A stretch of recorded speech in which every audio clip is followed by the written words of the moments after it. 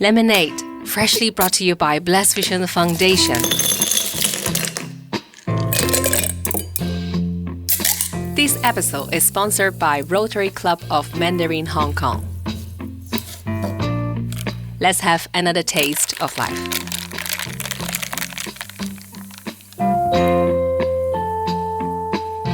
Good evening, welcome to LemonAid. Tonight we are so honored to have Dr. Isaac Yip. He is one of the past president of Rotary Club of New Territories, and he is also a mental health professional, a psychiatrist.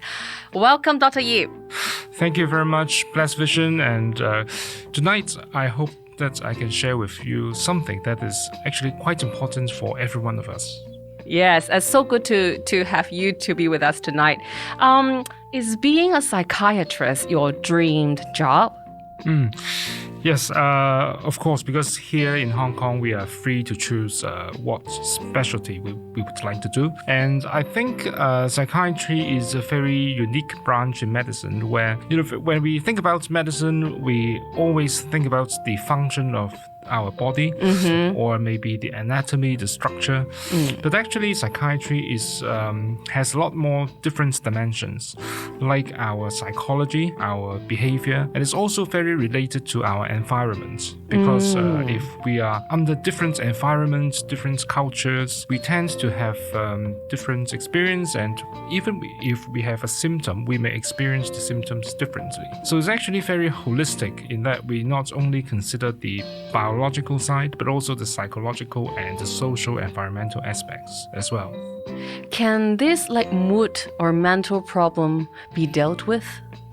Of course, certainly.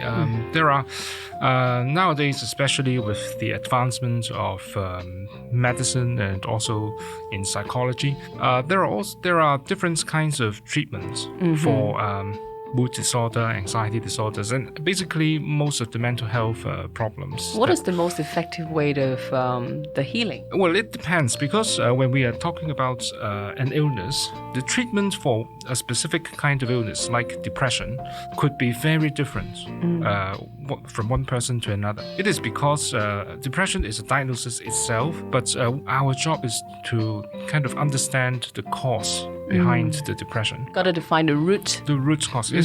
So each of us usually have three types of causes intermixed with each other. The biological causes, such as if you have a family history, the genes, the neurochemical imbalances in the brain, etc. We also have causes in the terms of psychology, like your growing up experience, like your personality, how you cope with stress. And we also have another dimension in the environmental or the social, like what kind of stresses are you facing, whether you have enough support. So for each one of us having any kind of mental health issue, so these three groups of factors differ from one to another. And then so the treatment needs to target at the cause of each individual. So the way to heal each person is different according to different situation. Very unique. So we're not talking about, you have this diagnosis, then we give you this kind of drug. So that is not right. Okay. The thing is, we need to what we call tailor-make. Case by case. Tailor-make sort of individual treatment package. So the package means it's not just one pill or something, but it's maybe some kind of drug combined with some kind of psychological or behavioral treatment, together with some measures to help you relieve the stresses and all that. How many years usually it takes a person to recover from the mental or mood problem? Well, it really varies quite a lot. Well, we see some person with like acute stress reaction. They could have a suddenly something happen like a car crash, and then they have a mood or sleep problem, could last for 1 or 2 days. We have people who have a very long-term depression who can last for like maybe they could get a lot better with treatment, but maybe they have been taking medicine for 10 years, 20 years. So these are all within our usual clinical experience. So it's different from person to person. But for one episode of like a typical depression, usually people would say it lasts probably a few months and then if you take medicine, it's like if you get well, then you take another 6 months of medication, and then you can try whether to take it off or not. So it depends. What is the most difficult part of the healing process? Well, as I mentioned earlier, it's like every patient is different in that it's not just the diagnosis or the severity of the problem, but it's also a lot of other factors, like how much of it is biological and how much of it is psychological and how much of it is like the social, environmental. So different people, we may encounter difficulties in different parts. Like some of them have a very strong biological kind of imbalances. Then the main challenge would be to adjust the medications to target these imbalances, or maybe to use other kinds of biological treatments available. And some of us may be having a very strong components in the psychological area, like if they have a traumatic childhood, if they are often neglected as a child, or even having been repeatedly abused, or if they grow up in a very unstable family and stable environment, or if they have a very strong traits of like personality which is predispose them to like having mood problem. So some of them, the difficulty would be to resolve all these psychological issues. Wow, that may take a long time for all this. Yeah, and actually another group of person, the main challenge is really to help to relieve the stresses. For example, when I worked in hospital, we saw patients who live in a region which is more of a poverty region in Hong Kong, and then the stresses was really to bring up several kids with attention deficit hyperactivity disorder, and then they were in a very small room, what we call the subdivided room. Actually, just 4 or 5 family members, they sleep on the same bed, and quite a few of them are hyperactive, and then they do not sleep well. So for this case, the main problem is perhaps not the medicine or personality, but mainly to sort out how to help to relieve the stresses. Yeah, or improve the environment. Yeah, so very different for different individuals. Well, talking about yourself, is there a significant case that has impacted you? Well, yes. When we talk about treating people, we often look at whether they have any symptom, how severe the illness is, what is the kind of what are the things that are unsatisfactory and need to be fixed. But for us, we have some different experiences in that sometimes we need to focus on the strengths of individuals as well, because that really helps with the management. And then that is the strength is something that the person or the patient themselves possess, that we can utilize them more effectively. And I still remember a case that I saw in hospital, and she had a repeated admission to hospital because she did not have a very good insight into her illness. So she repeatedly stopped the medications and stopped the follow-up and all that. But at one time we discovered that she was really a very good family person. So she loved her mother quite a lot. And then the turning point for this repeated admission is that at one time her mother passed away. And then she told us that she had to go back home, and then for the Chinese traditional, it's like burning some incense, offering to the ancestors and the mother who passed away. So I must do that every day because I'm a good daughter. Okay. And that is the thing that made her adherent to the treatment, because she understands that if she did not adhere to treatment, she may have another relapse and another hospital admission, and that would affect her offering incense to her mother who passed away. Okay. So at that time, rather than thinking a lot about what kind of regulations, legislations that we can use to make her or attend to follow up. If we find out the strength of herself, she's a very good daughter, good heart to her mother, then we could actually have a very good outcome. Well, this is very a special case, and that's really impact on you, right? Yes, right. So thank you so much for Dr. Ip for what he shared about with he see in this aspect and the mental problem or mental health things. And let us have a rest right now and then come back. We'll have Dr. Ip with us again to share with us his story. Thank you for listening.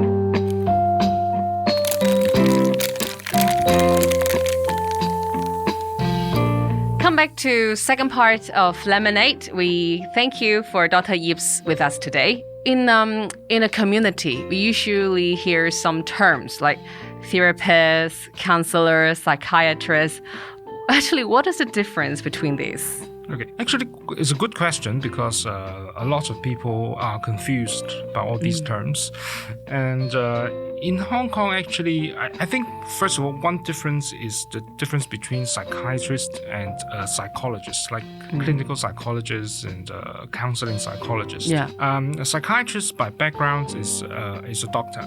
And they specialize in psychiatry just like other doctors may specialize in surgery, medicine, pediatrics, etc. So the thing is, psychiatrists, they could give medications, they could prescribe medications. Psychologists is a little bit different in the background. They usually study like social science, psychology, and in Hong Kong there are several types of psychologists, including clinical psychologists who usually see people with different like depression, intelligence assessment, and etc. in the clinic setting. And also we have the counseling psychologists and also the education psychologists who are more on assessing people with like special education needs, making a diagnosis, etc. And so that is one part.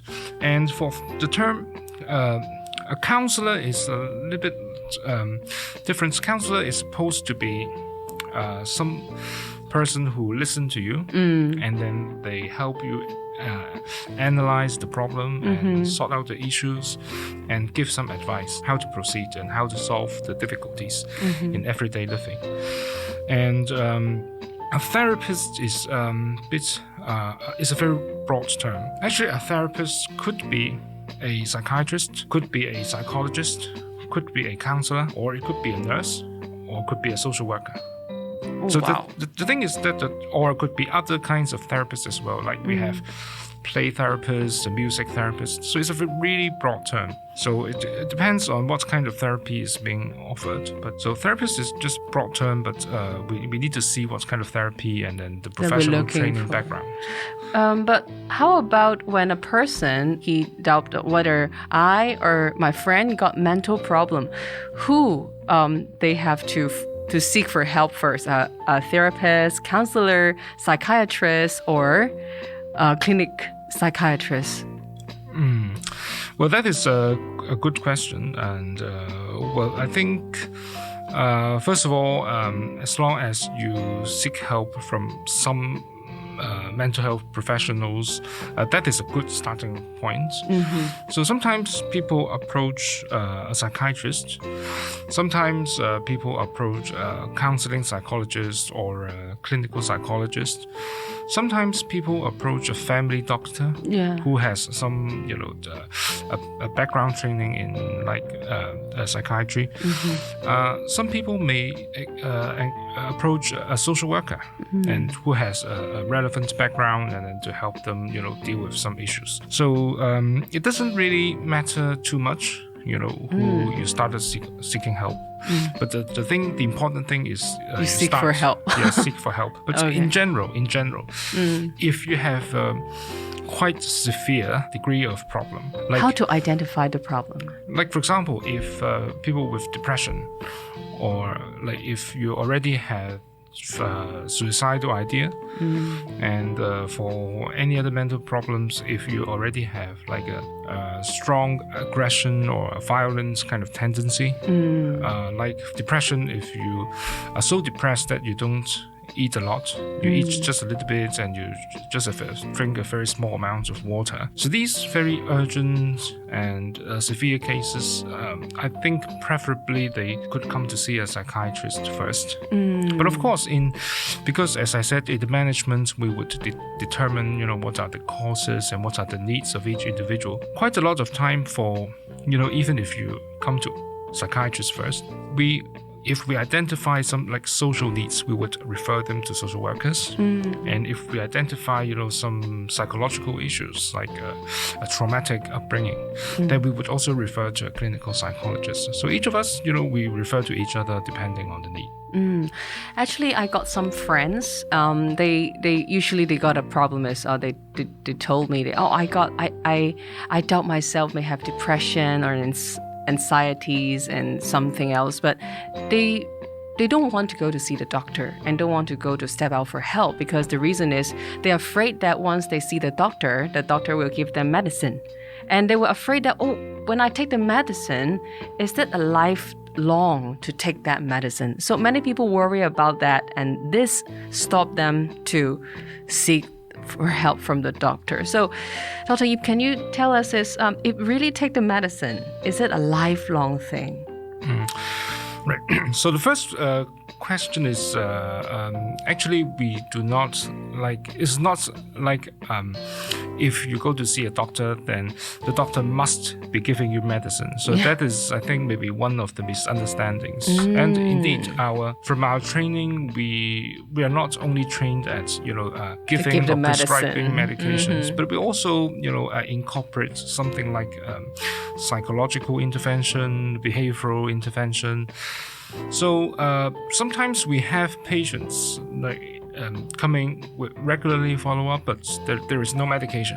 So each time they come just for some psychological counseling, behavioral sort of advice and all that. So it's not really so doctor equals the medication kind of thing. But if we talk about medication, is also, I think, not entirely true that if you take a medication, then it will be lifelong. First of all, it depends on your need. Say, for the current guideline, if you have episodes of depression, and then I treated you with antidepressant medication, and if you get well, the current guideline is generally to take for another 6 or 9 months as a maintenance treatment. And if everything is stable and you're not under high stress at that time, we could gradually try to tail it down, unless there are other kind of considerations. So the treatment is not like once you start the medication, you have to take it forever. But of course, there are cases where, for example, if they have a recurrent kind of depression,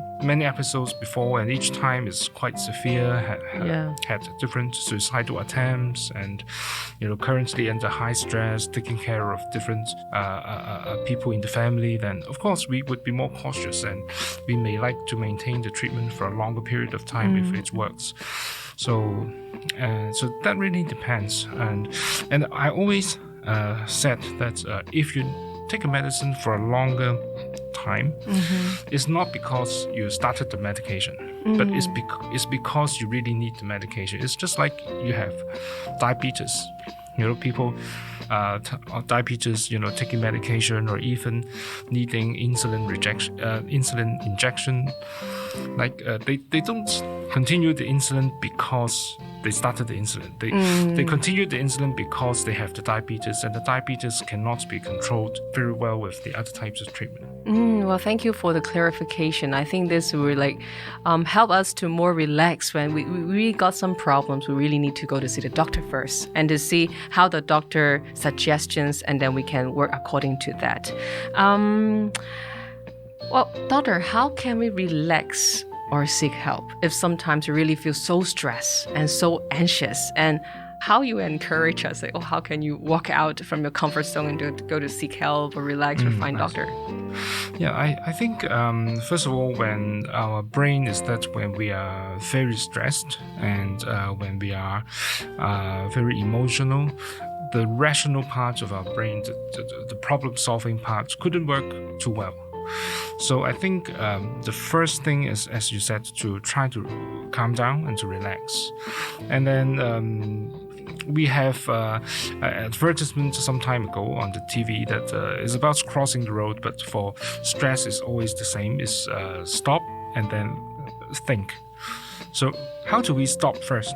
Stop is to help us, to temporarily sort of remove from the stress. And there are several ways of relaxation exercise that is commonly used, including the deep breathing exercise and the progressive muscle relaxation exercise. And also some people, they relax by imagining a calm, a favorite kind of scene in the brain that is called imagery kind of relaxation. The other thing is after you relax, so the thing is we need to think because the stress is still there, right? Yeah. What we have to think? What we have to think is, first of all, we need to understand where the stress comes from. Oh, we got to find a root. The root of the problem. And whether it's come from family or is it from childcare, is it from work, interpersonal relationships and all that. So after we know where it comes from, so we have to talk about the concepts like how do we manage the stress. Stress is really like a balance. A balance that you see there are two sides of a balance. Right? So one side of the balance is the challenge. The other side is actually we have the other side, which is a lot of time, not being mentioned, is the resources. So we are not just looking at how great the challenge is, but we are also looking at how much resources that we have that we can cope with these challenges. So the equation is that if we could decrease the stress or the challenge, or if we can increase the resources to cope with these challenges, or the better one is that if we can do both at the same time, then we can manage our stress more effectively. So it's a very long story, but I just give a few examples. So how to decrease the challenge? So can the challenge be changed? Or can we remove ourselves from the stresses? Or if it cannot be changed, can we plan the time a bit better so that we can space out a bit more? And then so that we don't need to hurry that much? Or if for the same thing, if others are not demanding a lot of us, are we demanding too much on ourselves? Are we placing a too high kind of expectation? So all these are on the challenge side. The other side is the resources side. So resources-wise, first of all, we have internal resources and external resources. External resources is like we have friends, community resources, support, and good people like you who are there to help different people. So if we are having difficulty in doing something, let's find some others to help us. So that is external resources. But we also have some internal resources like our health.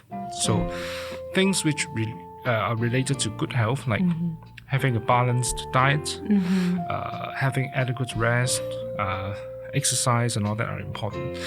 The other kind of internal resources is that we have interests and hobbies.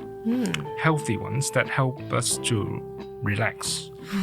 So it's very often that people are working hard and then they're facing a lot of stresses, but they couldn't find anything that they enjoy doing or they could help them relax. So we need to work on that as well. I like the balance you're talking about. You let us see a new angle is that we not only have the stress or challenge side, but on the balance, we also have another side, which is the resources. We have to explore what resources we have about your friends, your communities and hobbies and everything. So I think, thank you for introducing us and let us see a new aspect in seeing the circumstances we are in. So we really hope that what this balance, the way to balance your life can help the one who listening to this program. I think a balance of life and balance is very important. And we believe that no matter how difficult the circumstances, there is a way out. Thank you so much, Dr. Yip, for tonight. And I hope everyone who listening to this program, you have a very good night and have a good mental health. Thank you very much for joining us. And I wish you all good health and good mental health.